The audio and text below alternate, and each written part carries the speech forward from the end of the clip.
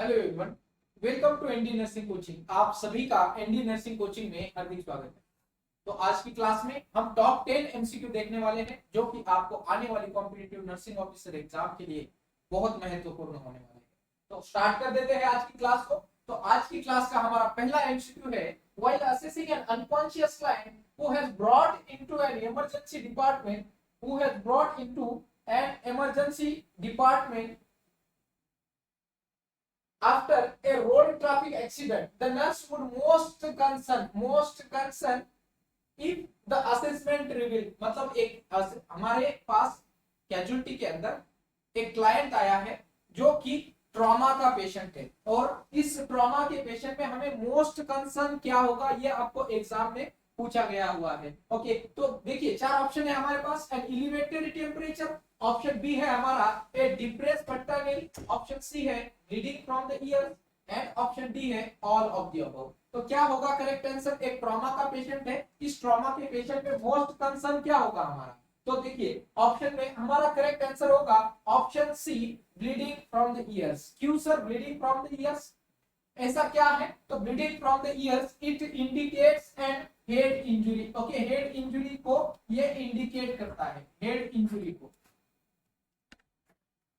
Okay, bleeding from the ear it indicate head injury, जिसके अंदर आपको बैटल साइन देखने को मिलते हैं। ओके, बैटल साइन देखने को मिलते हैं। बैटल साइन क्या है? एक आपके लोअर बेसिलर सिस्टम का फ्रैक्चर है बैटल साइन। ये आपके कान के पीछे जो है लुइस डिस्कलरेशन होता है। ओके, नाउ अब एक और बात है यहाँ पे कि head injury it's a life threatening condition, it's a life threatening condition, जिसके चार प्रकार होते हैं। हेड इंजुरी के चार प्रकार होते हैं। कौन से हैं? कौन से चार प्रकार है हेड इंजुरी के? तो देखिए पहला है हमारा इपिड्यूरल हेमेटोमा। पहला है इपिड्यूरल हेमेटोमा।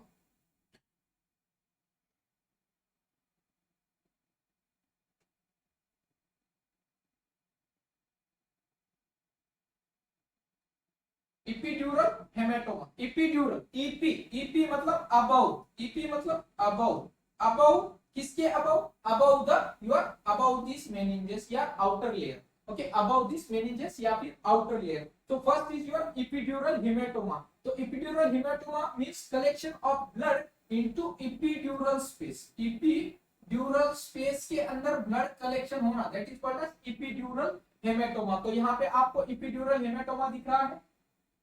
तो इपिड्यूरल स्पेस के अंदर ये ब्लड कलेक्शन हो गया। अब ये क्या करेगा? इपिड्यूरल स्पेस के अंदर ब्लड कलेक्शन होने की वजह से ये ब्रेन को नीचे की तरफ पुश करेगा, ब्रेन को नीचे की तरफ पुश करेगा। ओके, तो ये इपिड्यूरल हेमेटोमा है। And epidural haematoma a arterial blood का होता है, आर्टेरियल ब्लड का होता है। ये नॉर्सेट का एमसीक्यू है। ओके, एपिड्यूरल हेमेटोमा में कौन सा ब्लीडिंग होता है? तो आर्टेरियल ब्लीडिंग होता है। Okay, now and it is the bleeding between the bone and the dura mater. Okay, ये हमारा बोन है, यहाँ पे देखिए बोन का फ्रैक्चर हो चुका है।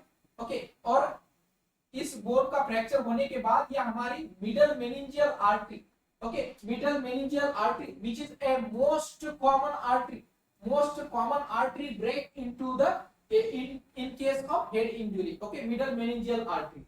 और ये ब्लीडिंग किसके बीच में है? तो हमारी स्काल्प एंड ड्यूरामेटर के बीच में है। Okay, and it is most dangerous. अब एक और क्वेश्चन बनेगा, most dangerous, most dangerous head injury कौन सी है?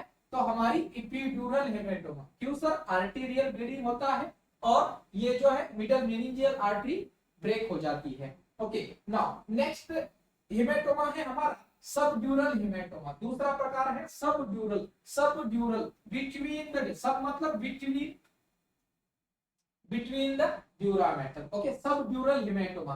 देखिए यहाँ पे ये हमारी outer covering and inner covering, हमारी आउटर एंड इनर मेम्ब्रेन जो है वो इंटैक्ट है, बट इन दोनों मेम्ब्रेन के बीच में, इन दोनों मेम्ब्रेन के बीच में ब्लीडिंग हो चुका है। और ये ब्लड कौन सा है सर? वेनस ब्लड है, वेनस ब्लड है। तो ये this is at less serious complication, this is at less serious complication. Third प्रकार का होता है हमारा हेमेटोमा, दैट इज कॉल्ड सब एर्कोनॉइड हेमेटोमा, सब एर्कोनॉइड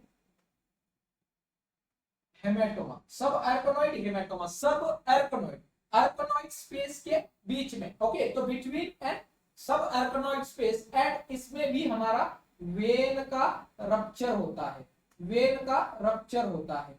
फोर्थ प्रकार है हमारा, फोर्थ प्रकार है intracranial haemorrhage, intracranial intracranial haemorrhage, intracranial haemorrhage. तो ये इंट्राक्रैनियल हेमोरेज चार प्रकार के हो सकते हैं, चार प्रकार के हो सकते हैं। कौन सा है? One is your concussion, one is your concussion. Concussion मतलब क्या है? A traumatic injury caused by an impact to the head और whiplash, okay, और traumatic injury by impact to और the head with whiplash, okay, मतलब हमारा sir अचानक से किसी हार्ड ऑब्जेक्ट से टकरा के वापस आ गया, ओके, तो that is called as concussion. Contusion मतलब क्या?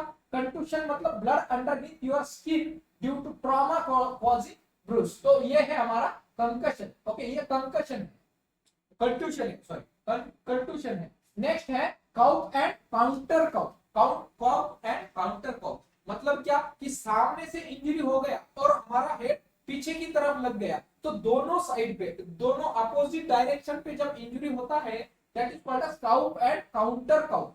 Next diffuse axonal injury, diffuse axonal injury, it means it is similar to the concussion through the brain is shaken much more violently। जब ये कंकशन बहुत ज्यादा serious प्रकार का होता है तब उसको हम डिफ्यूज एक्सोनल इंजरी कहते हैं। तो समझ में आ गया हेड इंजरी के कितने प्रकार हैं? तो पहले हमने एपिड्यूरल हेमाटोमा देखा, उसके बाद subdural, then subarachnoid haemorrhage and intracranial bleeding, okay, तो ये चार प्रकार आपके इंट्राक्रैनियल ब्लीडिंग के हो गए, ओके, क्लियर है यहां तक? नाउ अब ये एलिवेटेड टेम्परेचर क्या इंडिकेट करेगा? तो एलिवेटेड टेम्परेचर क्या इंडिकेट करेगा सर? एलिवेटेड टेम्परेचर, तो सर ये एलिवेटेड टेम्परेचर हमें करेगा इंडिकेट, एलिवेटेड टेम्परेचर इन्फेक्शन को इंडिकेट करता है, ओके, इन्फेक्शन को इंडिकेट करता है। नेक्स्ट डिप्रेस फंटानेल किसको इंडिकेट करेगा? तो डिप्रेस फंटानेल हमारा डिहाइड्रेशन को इंडिकेट करता है, डिहाइड्रेशन, डिप्रेस फंटानेल डिहाइड्रेशन को इंडिकेट करता है, ओके, क्लियर है? ओके, चलो बढ़ते हैं आगे, अगले वाला एमसीक्यू। नेक्स्ट एमसीक्यू है हमारा, ए 38-year-old male who is undergone an lumbar puncture, okay, lumbar puncture हो गया है पेशेंट का,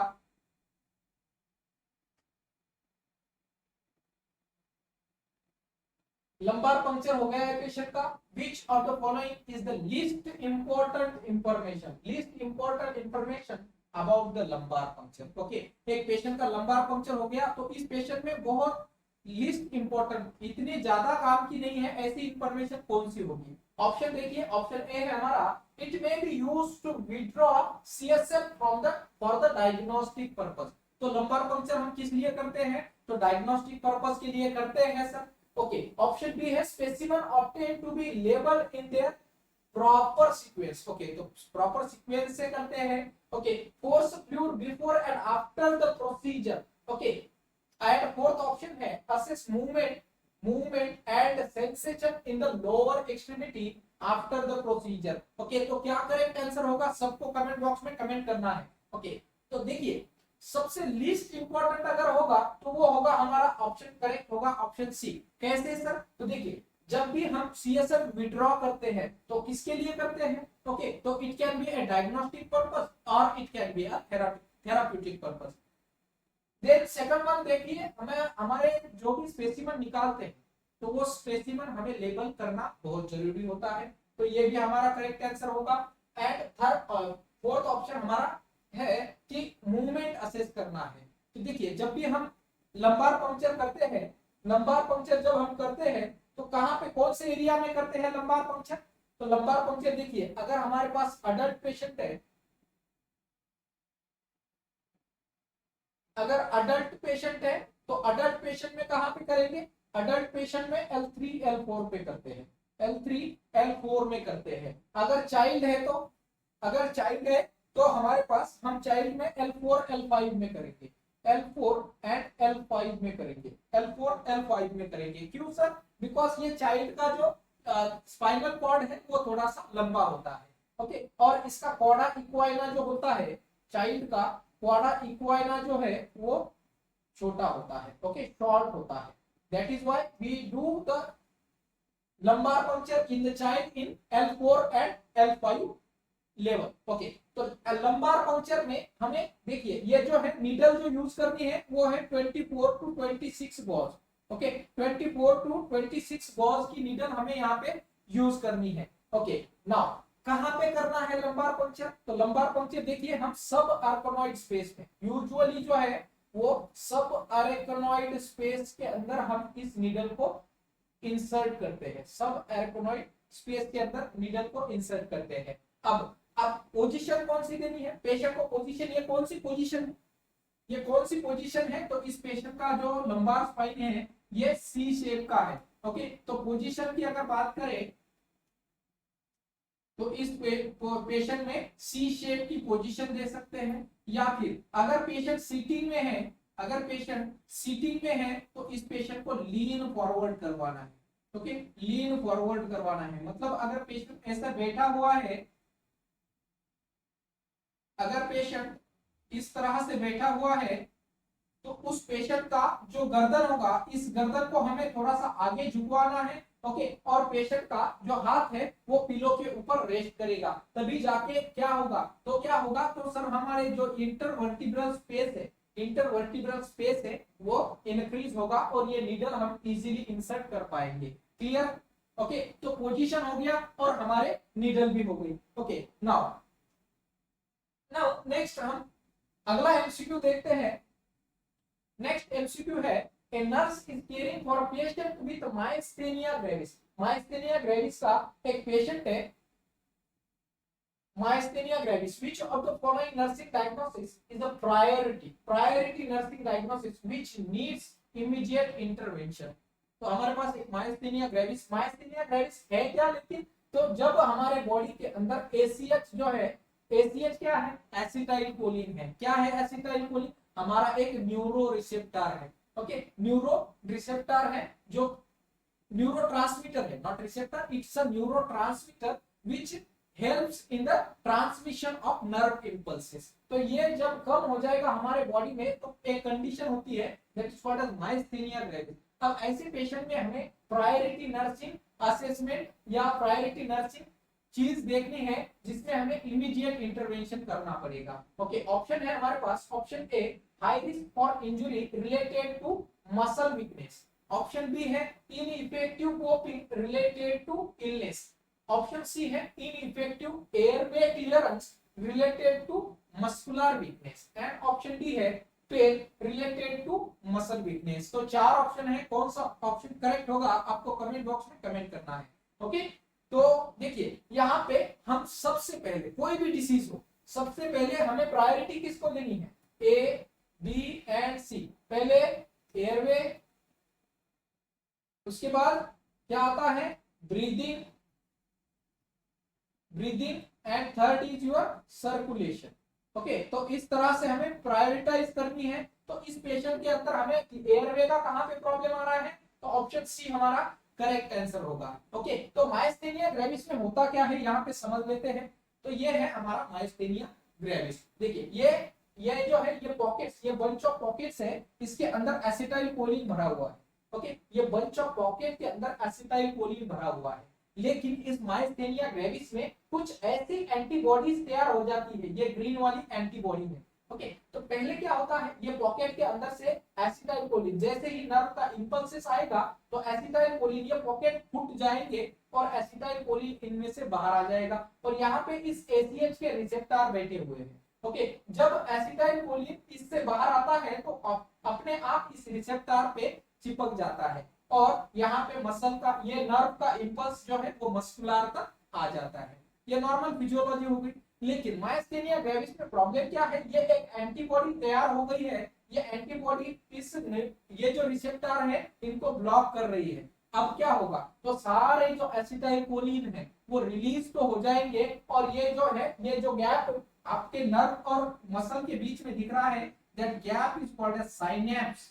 और इस साइनेप्स के अंदर ये सारे एसिटाइल कोलिन बैठे रहेंगे। ओके, तो इससे क्या होगा, नर्व ट्रांसमिशन नहीं होगा, मस्कुलर क्या होगा, मस्कुलर वीकनेस होगा, पेशेंट में मस्कुलर वीकनेस होगा, muscular weakness। And the first and foremost sign, first sign for myasthenia gravis, first sign for myasthenia gravis is your ptosis। क्या है, ptosis, मतलब इस पेशेंट की जो आईलिड है वो अपने आप बंद हो जाएगी, that is called as ptosis। और ये this is your first sign of myasthenia gravis।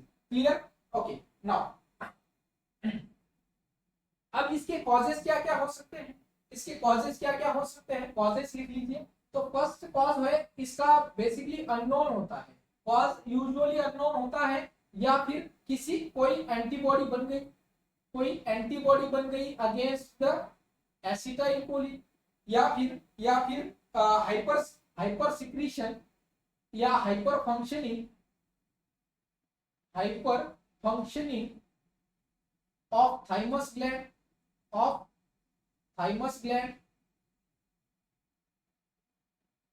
अगर थाइमस ग्लैंड का हाइपर फंक्शनिंग हो गया तो क्या होगा, थाइमस ग्लैंड के अंदर थाइमीन हार्मोन है, क्या है, थाइमीन हार्मोन है। ये थाइमीन हार्मोन क्या करता है, ये एसीएच की जो एक्टिविटी है उसको कम कर देता है। तो जब हाइपर फंक्शनिंग होगा थाइमस ग्लैंड का तो यहाँ पे एसीएच की एक्टिविटी डिक्रीज हो जाएगी, पेशेंट में माइस्थेनिया ग्रेविस होगा। ओके, साइन एंड सिम्टम्स क्या है, तो पेशेंट का first and foremost sign and symptoms है टोसिस। ओके, टोसिस होगा पेशेंट में। और यहाँ पे नॉर्सेट का क्वेश्चन है कि ऐसे पेशेंट में, ऐसे पेशेंट में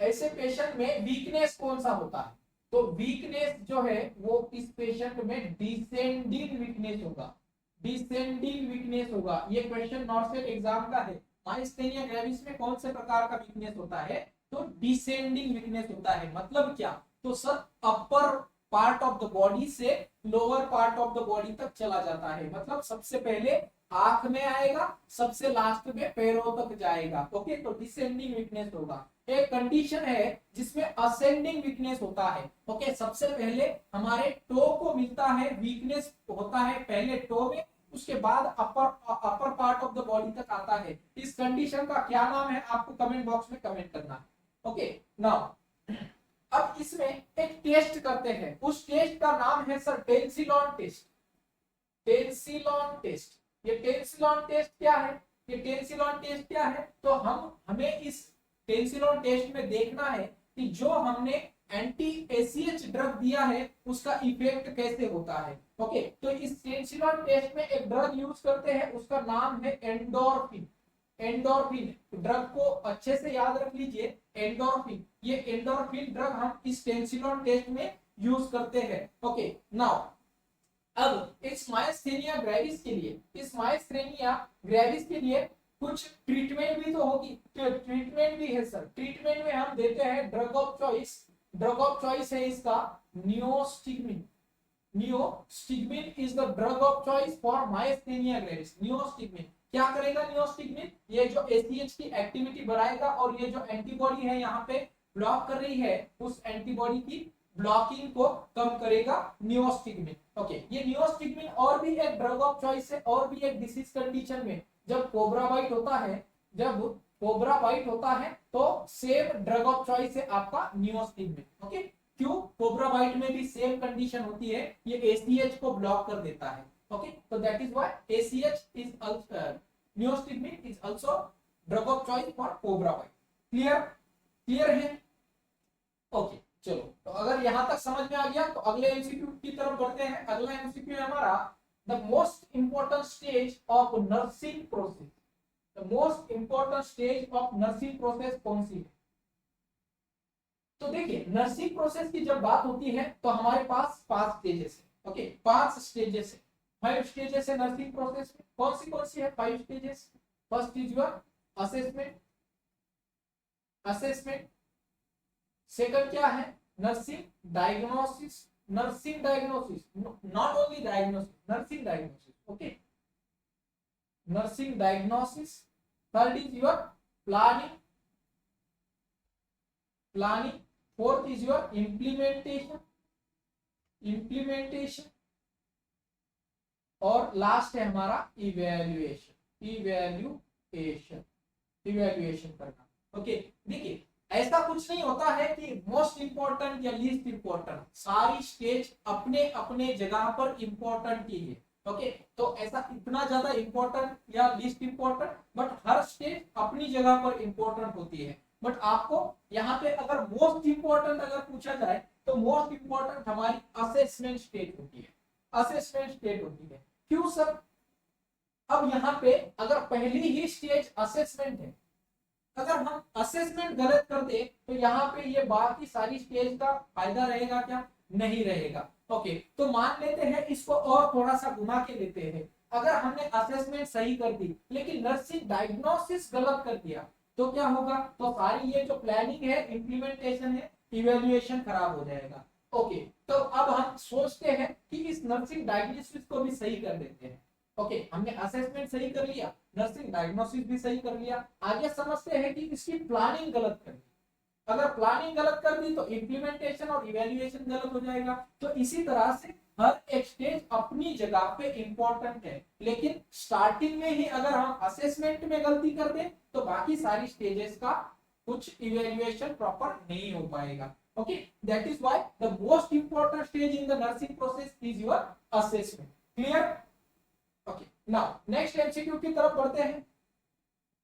नेक्स्ट एमसीक्यू के आगे जाने से पहले आप सबको एक बहुत इंपॉर्टेंट बात बताना चाहता हूं, ये है एंटी नर्सिंग कोचिंग का स्पेशल बैच।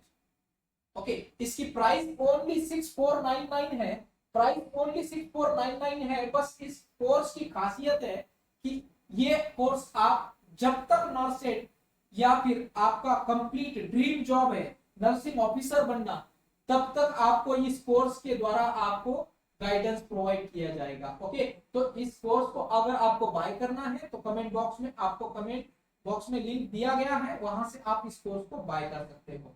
चलते हैं अगली कोर्स, अगले एमसीक्यू की तरफ। अगला एमसीक्यू है हमारा the principle of fairness is known as, principle of fairness. Okay, इसको क्या कहते हैं? चार ऑप्शन है हमारे पास। ऑप्शन ए है एडवोकेसी, ऑप्शन बी है ऑटोनॉमी, ऑप्शन सी है जस्टिस एंड ऑप्शन डी है अकाउंटेबिलिटी। ओके, तो फेयरनेस मतलब क्या है? तो ये इथिकल प्रिंसिपल है, कुछ इथिकल प्रिंसिपल्स है।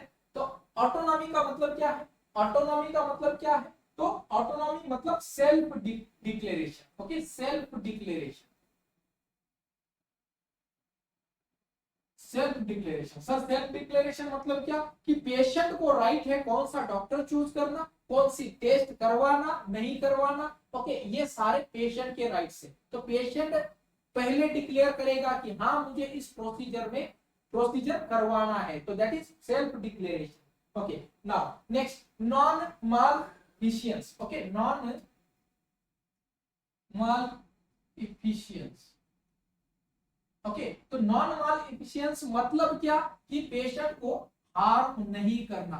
तो no harm is called as non maleficence. Okay, no harm, patient को कुछ भी हार्म नहीं होना चाहिए। अगर नहीं आता है तो बार बार पूछ लीजिए, लेकिन पेशेंट को हार्म नहीं होना चाहिए। दूसरा एक नर्सिंग इथिक्स है बेनिफिशियंस।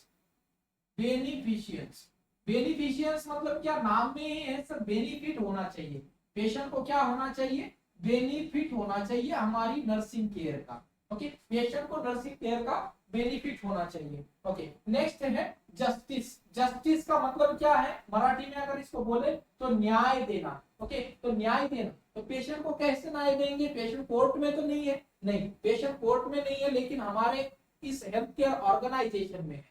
तो यहाँ पे भी पेशेंट को न्याय मिलना चाहिए। न्याय कहाँ पे मिलेगा? तो हमें इस पेशेंट को ना कि कोई डिस्क्रिमिनेशन करना है, ना कोई कास्ट में, ना कोई कलर में, कोई डिस्क्रिमिनेशन नहीं होगा। सेम ट्रीटमेंट होगी for every patient, for every patient. Okay, every patient, कोई कास्ट का कोई कलर का डिस्क्रिमिनेशन नहीं होगा, तो पेशेंट को जस्टिस मिलेगा। ओके, एक और नर्सिंग का इथिकल प्रिंसिपल है, that is called as veracity. Veracity. What is veracity? तो वेरासिटी मतलब टेलिंग ट्रूथ, टेलिंग ट्रूथ, जो भी चीज है पेशेंट को सही बतानी है, गलत नहीं बतानी, झूठ नहीं बताना। ओके नेक्स्ट, नेक्स्ट प्रिंसिपल है फिडिलिटी। फिडिलिटी, ओके फिडिलिटी मतलब, फिडिलिटी का मतलब क्या है, तो फिडिलिटी, फिडिलिटी मतलब faithfulness. Okay faithfulness, faithfulness. Next principle है हमारा accountability. Accountability,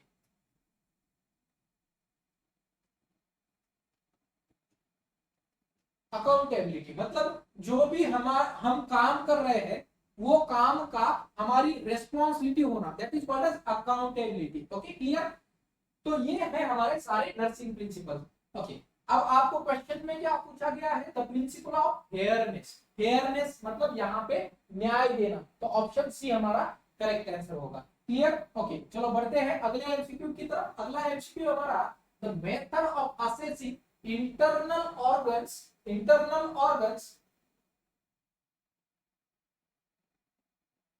organs by the hand is called as. Okay तो हम इंटरनल ऑर्गन हाथ से असेस करना, इस स्टेप को हम क्या कहते हैं, तो ऑप्शन ए है अस्कल्टेशन, ऑप्शन बी है पाल्पेशन, ऑप्शन सी है मैनिपुलेशन और ऑप्शन डी है ऑब्जर्वेशन। कमेंट बॉक्स में कमेंट करनी है क्या होगा करेक्ट आंसर। हम हाथ से पेशेंट के इंटरनल ऑर्गन चेक कर रहे हैं। देखिए अस्कल्टेशन, अस्कल्टेशन के लिए क्या चाहिए सर, हमें स्टेथोस्कोप चाहिए, स्टेथोस्कोप चाहिए। इसको हाथ से होगा क्या, ये हाथ से नहीं कोई डिवाइस से होता है। ओके पाल्पेशन ये हमारा हैंड से होता है। ओके नेक्स्ट मैनिपुलेशन, मैनिपुलेशन में भी हाथ से होता है मैनिपुलेशन, लेकिन इंटरनल ऑर्गन के लिए हम यूज नहीं होता है। ओके ऑब्जर्वेशन, ऑब्जर्वेशन के लिए हमें आंखें होनी चाहिए और इसमें हाथ का कोई काम नहीं है। तो हमारा करेक्ट आंसर क्या होगा, हमारा करेक्ट आंसर होगा option B. Okay palpation. Clear.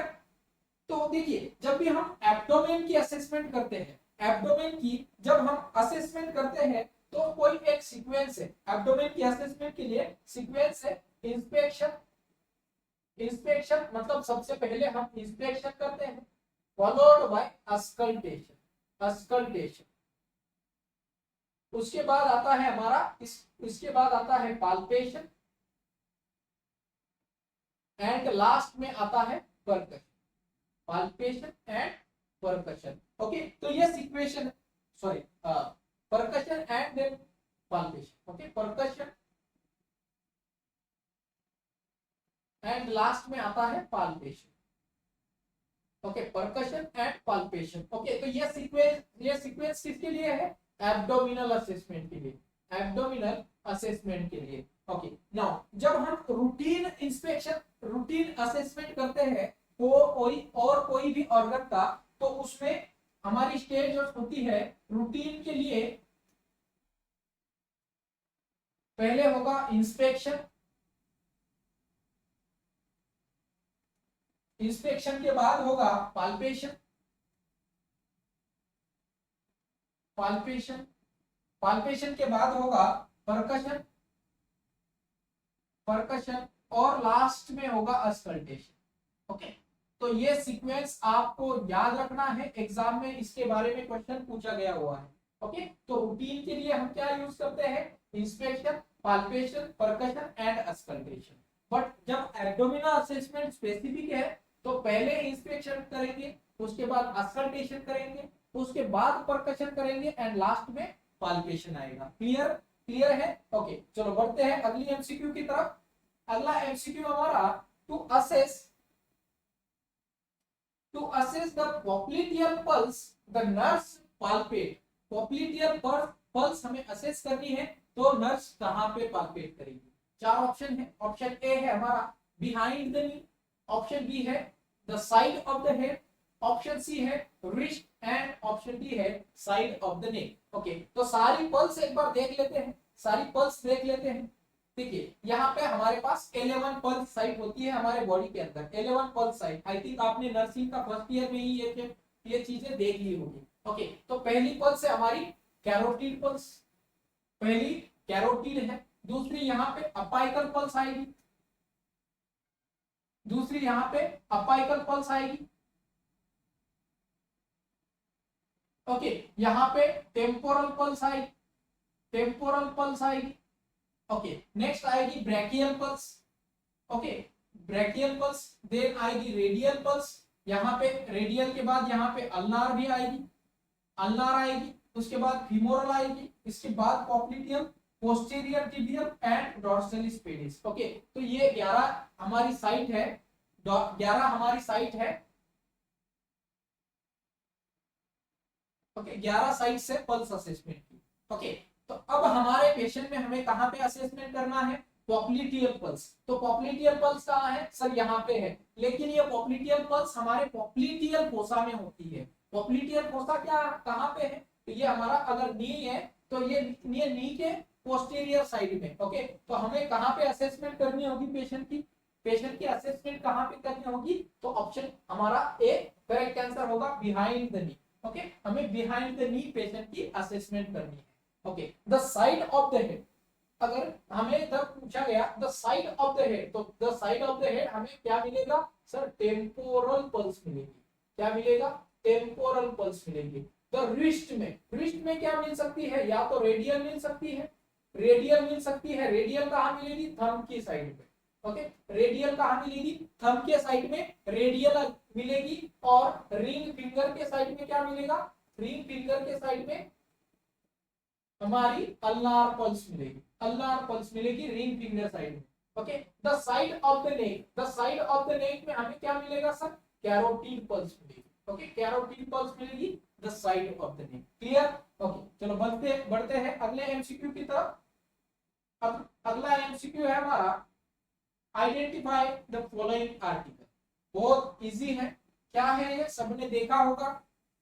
अगर कोई पेशेंट आता है हमारे पास और उस पेशेंट के अंदर हमें रैपिडली फ्लूइड देना है, मतलब वो ये पेशेंट शॉक में है और उस पेशेंट में हमें रैपिडली फ्लूइड देना है, तो उसके लिए ये डिवाइस हम यूज करते हैं। तो इसको हम कहते हैं प्रेशर इन्फ्यूजन बैग। क्या कहते हैं सर इसको? प्रेशर बैग नहीं कहते हैं, इसको प्रेशर इन्फ्यूजन बैग कहते हैं। क्या कहते हैं? Pressure infusion bag. क्यों? क्योंकि सर हम प्रेशराइजली इन्फ्यूज कर रहे हैं। बहुत ज्यादा अगर हमें रैपिडली फ्लूइड देना है तो ऐसे दबा के नहीं बैठेंगे। ये बैग लगा दो, इसको थोड़ा सा फुला दो और आपको यहाँ पे आप प्रेशर चेक कर सकते हो। ओके, प्रेशर चेक कर सकते हो, तो यहाँ से हमारा जो है रैपिडली फ्लूइड इन्फ्यूज हो जाएगा। तो it is called pressure infusion bag. Okay, तो हमारे पास ऑप्शन ए हमारा करेक्ट आंसर होगा, फीडिंग बैग। फीडिंग बैग किसी ने देखा है? फीडिंग बैग, तो ये है हमारा फीडिंग बैग। ओके, ये फीडिंग बैग है, ये अराउंड 18 इंच। ओके, इस फीडिंग बैग को हम 18 इंच ऊपर रखते हैं। ओके, ये क्वेश्चन जरूर बनेगा, कहा कितने ऊपर रखना है? 18 इंच ऊपर रखना है। एवरी 24 आवर में इसके अंदर जो भी कंटेंट होगा उसको डिस्कार्ड करना है। आफ्टर 24 आवर हमें यूज नहीं करना है। यहाँ पे ये जो चेंबर दिया गया है, ये चेंबर अराउंड 70% फिल होना चाहिए, नहीं तो इसमें से एयर जा सकती है। यहाँ पे आपको रोलर कॉक दिया गया था। ओके, रोलर कॉक दिया गया है, ये रोलर कॉक क्या करेगा? आपका स्पीड सेट करेगा। ओके, नाउ नेक्स्ट है हमारा, ये क्या है? ये है हमारा मैनोमीटर। क्या है? मैनोमीटर। ये मैनोमीटर किसके लिए काम आता है? ये मैनोमीटर किसके लिए काम आता है? तो हमारा सेंट्रल वेनस प्रेशर नापने के लिए ये मैनोमीटर काम आता है। ये सेंट्रल वेनस प्रेशर कहाँ पे होता है सर? तो सेंट्रल वेनस प्रेशर कुछ नहीं होता है, ये जो राइट एट्रियम है, ये जो राइट एट्रियम है, इसके अंदर का जो प्रेशर है उसको हम सेंट्रल वेनस प्रेशर कहते हैं। ये क्या है? अब ये क्या है? तो ये कुछ अलग डिवाइस नहीं है, ये बीपी apparatus है या स्पिग्मोमैनोमीटर है। ओके, अब कहीं कहीं हमें पहले हम बहुत दिनों से जो मर्क्यूरी वाला बीपी apparatus है वो देख रहे थे। This is an digital BP apparatus, ये हम यूज कर सकते हैं। तो नॉर्सेट में आपको इमेज अलग भी दे सकते हैं, तो ये अलग प्रकार का बीपी apparatus है। ओके, अब हम देखेंगे कि हम सीवीपी मॉनिटरिंग कैसे करते हैं। देखिए, ये पेशेंट है हमारा, इस पेशेंट के अंदर यहाँ पे सेंट्रल लाइन लगी हुई है, सेंट्रल लाइन लगी हुई है, और इस सेंट्रल लाइन के अंदर हमने ये मैनोमीटर की ट्यूब अटैच कर रखा है। ओके, तो यहाँ पे 3 वे कॉक के द्वारा यहाँ पे हमने मैनोमीटर की ट्यूब लगा दी है। अब एक बात हमेशा याद रखना कि इस मैनोमीटर की लेवल कहां पे होनी चाहिए। अब आपको एग्जाम में क्वेश्चन जरूर पूछा जाएगा, तो इस मैनोमीटर की लेवल हमेशा हार्ट की साइड पे होनी चाहिए, हार्ट की साइड पे या हार्ट की लेवल पे होनी चाहिए। अगर ये मैनोमीटर का ये जो 0 पॉइंट है, इसको हम 0 पॉइंट कहते हैं, अगर ये 0 पॉइंट बिलो द हार्ट होगा, अगर हार्ट के नीचे होगा तो हमारा प्रेशर क्या दिखेगा, ज्यादा दिखेगा। ये भी एग्जाम का क्वेश्चन है। अगर हमने उस 0 पॉइंट को नीचे रख लिया हार्ट लेवल से तो हमें सीवीपी ज्यादा मिलेगी, अगर ऊपर रख लिया तो सीवीपी कम मिलेगी। तो ये एरर आ सकता है, तो इसीलिए एग्जैक्ट हार्ट लेवल पे हमें इस 0 पॉइंट को सेट करना है। Okay, that is why it is called as 0 point. Okay, next this is a manometer, और इस मैनोमीटर को हमें एक आईवी सॉल्यूशन बॉटल को टांग के रखना है, और इसमें आईवी सॉल्यूशन जो है वो कंटिन्यूअसली ओपन रखना है। ओके, तो ये क्लॉक है, ये ऑन ओपनिंग ब्लॉक है। अगर ये क्लॉक हम इस तरह से करते हैं, manometer to the patient. Okay, अगर हमें पेशेंट का लेवल या प्रेशर चेक करना है तो हमें इस तरह से ये सेट करना होगा, और अगर हमें इससे सॉल्यूशन देना है मैनोमीटर को तो हमें इस तरह से ये कॉक सेट करना है। ओके, समझ में आ गया मैनोमीटर कैसे सेट करते हैं। ओके, अगला एमसीक्यू देखते हैं, which of the following area has the lowest chance, okay, has the lowest chance of producing a biomedical waste. कौन सा एरिया है जहां पे लोवेस्ट चांस है बायोमेडिकल वेस्ट जनरेट होने के। पहले समझ लेते हैं what is this biomedical waste. इसको हम बीएमडब्ल्यू कहते हैं। क्या कहते हैं, बीएमडब्ल्यू। ये बीएमडब्ल्यू गाड़ी नहीं है, ये बायोमेडिकल वेस्ट है। ओके, बायोमेडिकल वेस्ट मतलब क्या, तो नाम में है सब, बायो और मेडिकल। बायो और मेडिकल, बायो मतलब कि कुछ इसमें लिविंग है, कुछ इसमें लिविंग है। क्या लिविंग है, लिविंग हो सकता है सर इसमें ब्लड, लिविंग हो सकता है इसमें ब्लड, इसमें लिविंग हो सकता है बॉडी फ्लूइड,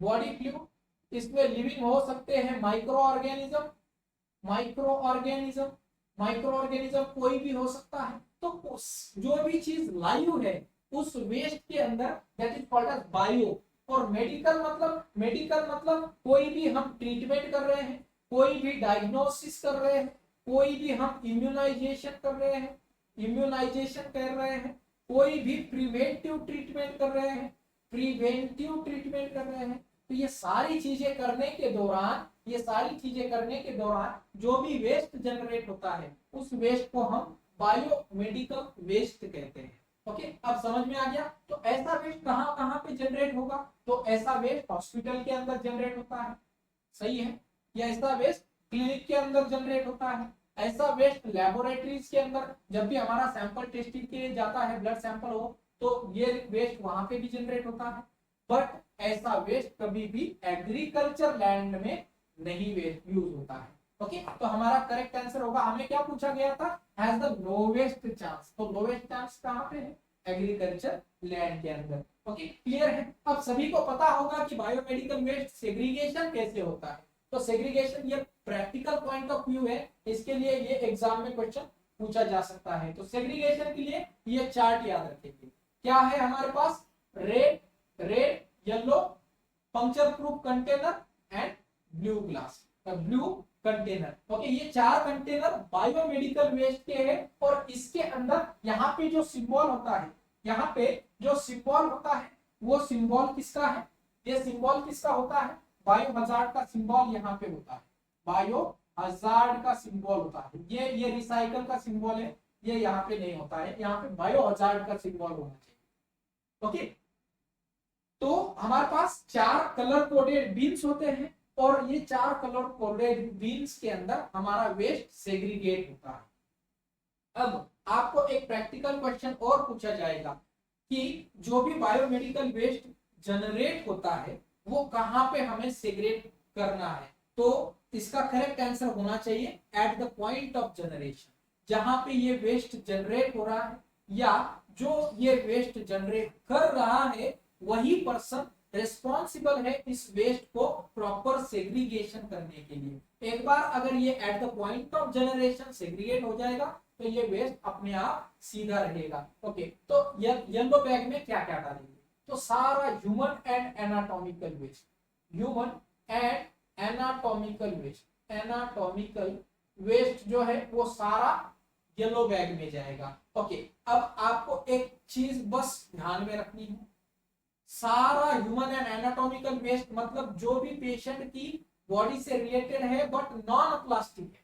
ओके, प्लास्टिक नहीं है, जैसे हमारा कपड़ा हो गया पेशेंट का बेड लिनन हो गया, पेशेंट का ड्रेसिंग हो गया, पेशेंट का कोई भी एनाटॉमिकल काटा हुआ पार्ट है, तो ये सारे येलो बैग में जाएंगे। लेकिन एक प्लास्टिक की चीज जो है वो हमारी येलो बैग में जाएगी, ना कि रेड बैग में। वो कौन सी है, तो वो है सर ब्लड बैग।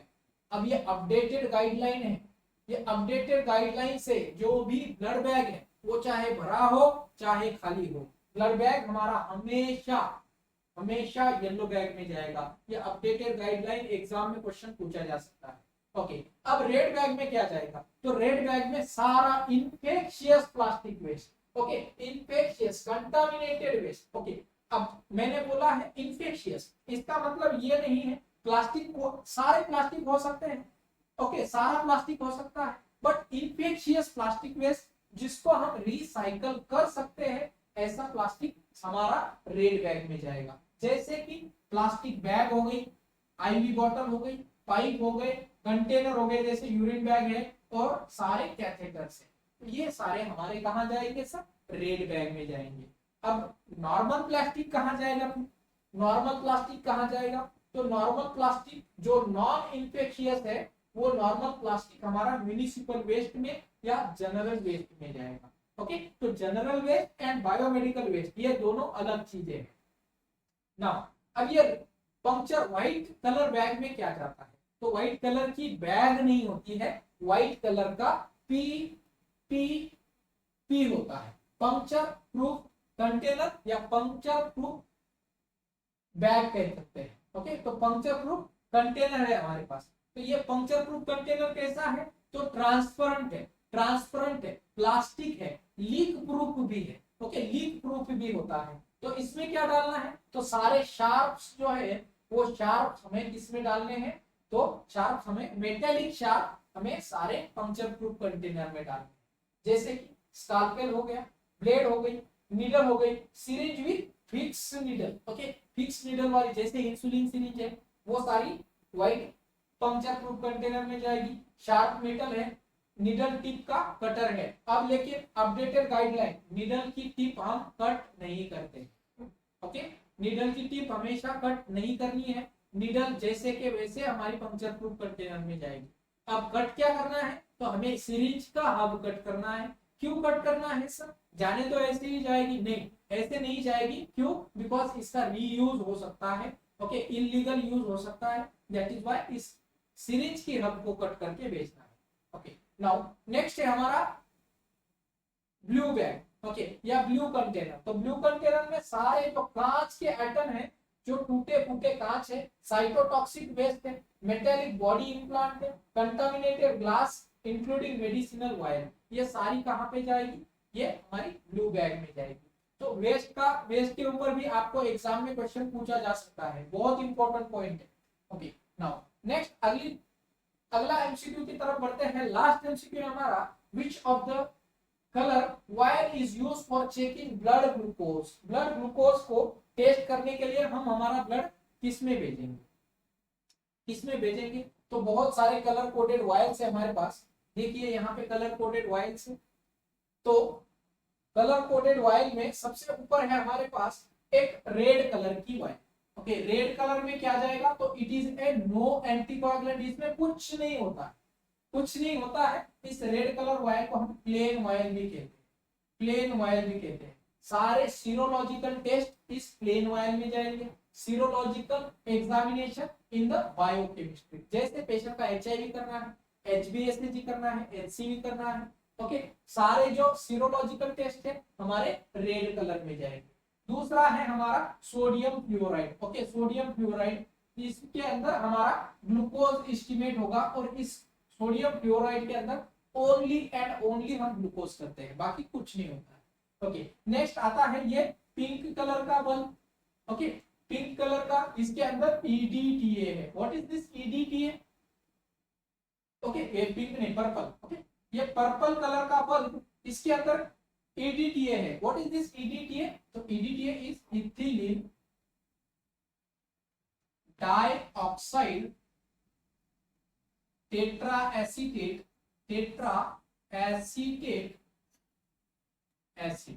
ओके, ये EDTA है, ethylene dioxide tetra acetate acid. ये इसके अंदर होता है। ये काम क्या करता है? तो ये जो सारा हमारा ब्लड है इसको कोआगुलेट नहीं होने देता। ओके, ब्लड को कोआगुलेट नहीं होने देता, ब्लड की जो सेल है उनका भी ब्रेकडाउन नहीं होने देता है। तो इससे चेक क्या करेंगे? सारी हेमेटोलॉजिकल स्टडी, जैसे हमारा CBC किसमें जाएगा? ये पर्पल कलर में जाएगा। ओके, CBC भी पर्पल कलर में, और ESR पर्पल कलर में जाएगा। कंप्लीट हीमोग्राम हमारा पर्पल कलर में जाएगा। ओके, नेक्स्ट है हमारा ये ब्लू कलर वाला बल्ब। ओके, ब्लू कलर वाला बल्ब। अब ब्लू में क्या है सर? सोडियम सिट्रेट है। सोडियम सिट्रेट है। ये सोडियम सिट्रेट और भी कहीं पे होता है। कहाँ पे है सर? ब्लड बैग में होता है।